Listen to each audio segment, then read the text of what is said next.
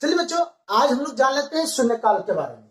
शून्यकाल की शुरुआत जो है 1960 में हुआ। अब जैसे ही कि आपको पता है कि शून्यकाल की शुरुआत कब हुआ, 1960 में। तो क्लियर सा बात हो गया कि जब 1960 में होगा तो ये संवैधानिक नहीं था।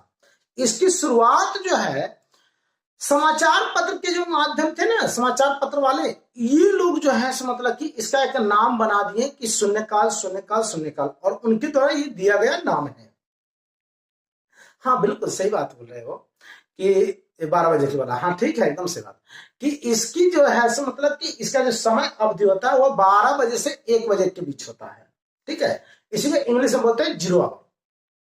ठीक है, शून्यकाल को क्या बोलते हैं? 0 आवर। और यही 0 आवर्स के बारे में आज हम लोग चर्चा कर लेते हैं। देखिए, भारतीय संसद में क्या होता है, भारतीय संसद जो है यानी भारत में जो संसदीय व्यवस्था है उसमें लोकसभा और राज्यसभा दो सभा हो गए। लोकसभा में क्या होती है, प्रश्नकाल के तुरंत बाद शून्यकाल आ जाता है। ठीक है, प्रश्नकाल के तुरंत बाद क्या आ जाते हैं? शून्यकाल आते हैं। जबकि राज्यसभा में ये बात नहीं होती है, राज्यसभा की शुरुआत ही शून्यकाल से होती है। अब कहिएगा कि सर 12 बजे से 1 बजे, तो 12 बजे से 1 बजे का जो समय दिया गया है वो दिया गया मुख्य रूप से लोकसभा के लिए। ठीक है, देखो प्रश्नकाल जो होता है ना सबसे पहले होता है लोकसभा में। ठीक है, और उसके बाद प्रश्नकाल के बाद क्या आ जाएगा? शून्यकाल।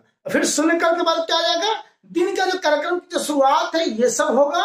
ठीक है, और तब तक यह चलते रहेगा जब तक कि दिन का कोई भी खास एजेंडा जो है वो एक निर्णय नहीं लिया जाता है।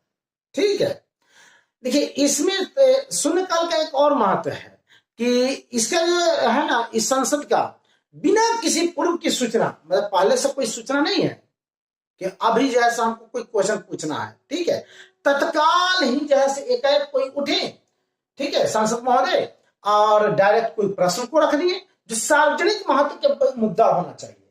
मुद्दा जो होना चाहिए वह सार्वजनिक महत्व के होना चाहिए। ठीक है, अब एक चीज समझते हैं, भारतीय संसदीय नवाचार जो होती है वह भी इसके अंतर्गत आते हैं। ठीक है, और उसके बाद हम लोग एक चीज जान लेते हैं, सबसे इंपॉर्टेंट चीज है कि इसमें किस तरह के मुद्दे उठते हैं। तो इसमें जो मुद्दे उठते हैं वह सार्वजनिक क्षेत्र के मुद्दे उठेंगे। कोई ऐसा चीज हो, ऐसा मुद्दा हो जो तुरंत कार्रवाई की जरूरत होती है, उन सब मुद्दों को कब उठाया जाता है? शून्यकाल में उठा दिया जाता है। सांसद महोदय आए, सांसद महोदय 8-9 बजे के आसपास आ गए, वो जैसे स्पीकर साहब को पहले ही बता दिए कि आज जैसे हम शून्यकाल में जैसे एक प्रश्न रखेंगे, 2 प्रश्न रखेंगे, बस उठाना शुरू। ये नहीं कि पहले 1 सप्ताह पहले ही जैसे मतलब कि हम क्वेश्चन डाले हैं फिर उसका आंसर है, ऐसा कोई जरूरी नहीं है। शून्यकाल जैसे सेम डेट में भी आप मुद्दा को उठा सकते हैं। तो शून्यकाल के बारे में आप समझ चुके हैं। इसकी शुरुआत जो होती है कब होती है? 12 बजे से लेकर के 1 बजे के बीच होता है। नहीं, इसकी शुरुआत फिर से एक बार क्वेश्चन को दोहरा लें, इसकी शुरुआत कब हुई थी? शून्यकाल की शुरुआत 1960 से। ठीक है, शून्यकाल की शुरुआत कब से हुई है? 1960 से। अच्छा, उसके बाद अगर हम लोग इस बात को जान लें कि भारतीय संसद जो होते हैं उसकी किसके बाद, भारतीय संसद में किस काल के बाद शून्यकाल की प्रावधान है, तो लोकसभा के लिए क्या होगा? प्रश्नकाल के बाद, और राज्यसभा में क्या है? शून्यकाल से शुरू ही होता है। ठीक है, एक दो क्वेश्चन देख लेते हैं हम लोग। देखिए, एक क्वेश्चन है कि शून्यकाल को भारतीय संसद का क्या माना जाता है? तो भारतीय संसद का संसदीय नवाचार माना जाता है। याद रखा, शून्यकाल को भारतीय संसद में भारतीय संसदीय नवाचार माना जाता है। चलिए, एक और क्वेश्चन है, शून्यकाल के दौरान किस विषयों पर बातचीत होती है? तो देखिए, इसके दौरान क्या होगा? गंभीर जो मुद्दा होगा, गंभीर शिकायत होगा, अविलंब कार्रवाई करने वाले जो पॉइंट होंगे, नहीं सार्वजनिक महत्व का मुद्दा होगा, एकदम अभी तुरंत कोई मुद्दा पर कार्रवाई करना है, इन सब चीजों के लिए जैसे उसमें प्रश्न उठाए जाते हैं। ठीक है, तो यहां तक तो कोई समस्या नहीं है। अच्छा, एक चीज और क्वेश्चन, एक क्वेश्चन और शून्यकाल को अंग्रेजी में क्या कहते हैं? तो शून्यकाल को अंग्रेजी में हम लोग 0 आवर्स बोलते हैं। ये तो क्लियर है। चलिए, एक क्वेश्चन और, लोकसभा में शून्यकाल कब होता है? लोकसभा में ये शून्यकाल प्रश्नकाल के बाद होता है। राज्यसभा में शून्यकाल कब होता है? तो शुरुआत ही दिन का जो शुरुआत होगा वो शून्यकाल से होगा। अब कुल मिलाकर के समझ जाए 1960 में इसकी शुरुआत हुई है, 12 बजे से 1 बजे के बीच होता है, इसको 0 आवर्स बोलते हैं। सार्वजनिक महत्व के मुद्दों की बातें होती हैं, इसी को भारतीय संसदीय नवाचार भी कहते हैं। यहां तक तो कोई समस्या नहीं है। और किन्हीं को अगर समस्याएं हैं तो आप कमेंट कर सकते हैं, आप लोग अभी पूछ सकते हैं, दोनों तरफ बच्चों के लिए सुविधाएं हैं। चलिए तो आ जाते हैं अब आगे, जैसे तारांकित प्रश्न वाले प्रश्न पढ़ाते हैं। तारांकित प्रश्न, तारांकित प्रश्न क्या होता है? तारांकित प्रश्न यानी तारा अंकित वाला प्रश्न। देखिए क्या होता है कि लोकसभा या राज्यसभा जो होते हैं उसके जैसे अध्यक्ष महोदय होती हैं, वो क्या करते हैं कि कुछ प्रश्नों को जैसे तारा लगा देते हैं, स्टार मार्किंग कर देते हैं।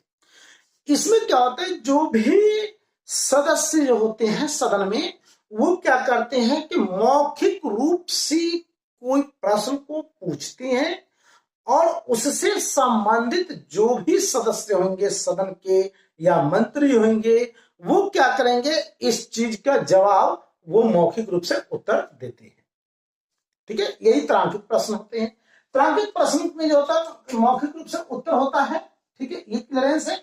इसमें एक ये होती है कि जो अध्यक्ष महोदय होते हैं, जो लोकसभा अध्यक्ष होंगे या राज्यसभा अध्यक्ष होंगे, उनके आदेश से, उनकी अनुमति से, उनकी अनुमति की स्वीकृति से क्या है कि आप अनुपूरक प्रश्न पूछ सकते हैं। मान लीजिए कि शिक्षा विभाग के लिए आपने क्या किया, ऐसा प्रश्न आ गया। ठीक है, फिर उसमें अगर कोई पॉइंट है तो उसी के बारे में, उसी से संबंधित कोई बिंदुओं को पूछ लिया जा सकता है। नहीं, ये था आपका अनुपूरक प्रश्न, तो भी जैसे उसमें पूछा जा सकता है। किसमें? तारांकित प्रश्न। प्राय ऐसा देखा जाता है कि एक दिन में लगभग 20 जो है स्टार मार्केट क्वेश्चन होती है, यानी एक दिन में 20 प्रश्नों को तारांकित किया जाता है। यहां तक कोई समस्या है तो बोल दीजिए। हाँ बिल्कुल, तारांकित प्रश्न जो होता है उसमें तारा अंकित होते हैं, एकदम सही बातें हैं। एक दिन में कितने 20 प्रश्नों का लिस्ट किया जाता है, ये भी सही बातें हैं, बहुत अच्छी बातें हैं। दूसरा है कि इसमें क्या होती है, जो भी माननीय सदस्य होते हैं वहां, या तो लोकसभा के सदस्य हों या राज्यसभा के सदस्य हों, ये क्या है, मौखिक रूप से प्रश्न को रखते हैं और उससे संबंधित जो मंत्री होते हैं वो मौखिक रूप से इसके जवाब भी देते हैं। ठीक है, हाँ उस समय अगर उनके जवाब से आप असंतुष्ट हैं, संतुष्ट हैं या कुछ और जानना चाहते हैं उसी मुद्दा से संबंधित, तो आप उस समय अध्यक्ष महोदय की आज्ञा से, अनुमति से विचार विमर्श करके, ठीक है, आप जैसे उनकी स्वीकृति ले लीजिए। हाँ उसी समय खड़ा हो जाइए, सदन में खड़ा हो जाइए और क्या पूछ लिया जाता है कि महाशय मैं एक प्रश्न पूछना चाहता हूं, अनुपूरक प्रश्न है, इससे संबंधित ही कि ये बातें होनी चाहिए नहीं। और उसी में क्या है, फिर मंत्री महोदय होंगे या उससे संबंधित जो भी सदस्य महोदय होंगे वो बातों को रखेंगे। प्राय एक दिन में 20 प्रश्नों को लिस्टिंग किया जाता है। चलिए बहुत अच्छा है, आगे चलते हैं। अतारांकित प्रश्न। अतारांकित प्रश्न क्या होता है? ऐसा प्रश्न जिसमें तारांकित नहीं किया जाता है। बहुत अच्छा, जैसे फिजिक्स में देखिए अदिश पढ़ा था ना, अ माने न, अदिश माने दिशा, जिसमें दिशा नहीं हो, उसी तरह से इसमें हम लोग को पढ़ना है अतारांकित प्रश्न। अ माने न, अतारांकित माने तारा, यानी स्टार नहीं लगा होगा, ऐसे प्रश्न को क्या बोलते हैं? अतारांकित प्रश्न। ठीक है, अब चलिए तारांकित प्रश्न क्या था, 20 स्टार लगते थे ना, यानी 20 को स्टार वाला क्वेश्चन होते थे। अतारांकित प्रश्न क्या होता है? 230 प्रश्न होते हैं जिसको सूचीबद्ध किया जाता है, हाँ लिस्टेड किया जाता है। हाँ बिल्कुल, मतलब कि जैसे ही होगा ना अतारांकित प्रश्न में, तो 230 प्रश्नों का जैसे इसमें समावेशन, लिस्टिंग कर दिया जाता है, सूचीबद्ध कर दिया जाता है। इसका जो उत्तर होता है वो लिखित उत्तर होता है। देखिए तारांकित प्रश्न में क्या था कि मौखिक उत्तर होता था, अतारांकित प्रश्न क्या हो गया, लिखित उत्तर होता है। ठीक है, इसमें दूसरा एक चीज और सबसे गंभीर चीज ये जानना है कि जो अतारांकित प्रश्न होते ना, उसका जवाब लिखित में तो देना ही है, सदन में नहीं दिया जाता है। इसका जवाब सदन में नहीं दिया जाता, लिखित रूप से दिया जाता है और ये मान लिया जाता है कि सदन के पटल पर रख दिया गया, यानी कि मतलब सबको सूचना दे दिया। नहीं देखते कोई चीज का लेटर निकलता है कि ये चीज की कार्यवाही है तो ये बातें हुई, नहीं, तो ये सब हो गया अतारांकित प्रश्न के अंतर्गत। इसे अनुपूरक प्रश्न नहीं होते हैं। किसमें? अतारांकित में। तारांकित में क्या था कि कोई चीज का जवाब दे रहे हैं मंत्री जी, अब क्या हुआ कि हम जैसे लोकसभा अध्यक्ष हैं या राज्यसभा अध्यक्ष हैं, उनकी अनुमति लेकर के कुछ उससे संबंधित अनुपूरक प्रश्न पूछ लेते थे। यहां वो बात नहीं है, इसे आप अनुपूरक प्रश्न नहीं पूछ सकती हैं, यानी वे लिखित जवाब देंगे। ये बात क्लियरेंस है। लगभग कितने प्रश्नों की एक लिस्टिंग की जाती है? 230 प्रश्नों की लिस्टिंग की जाती है। किसके लिए? अतारांकित प्रश्नों के लिए। यहां तक कोई दिक्कत नहीं है।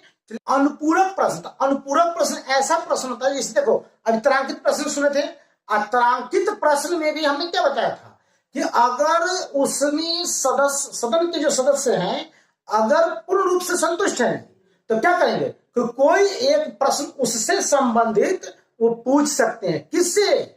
वहां के जो अध्यक्ष महोदय होंगे, लोकसभा या राज्यसभा के जो अध्यक्ष होंगे, उनकी इजाजत से प्रश्न पूछते हैं।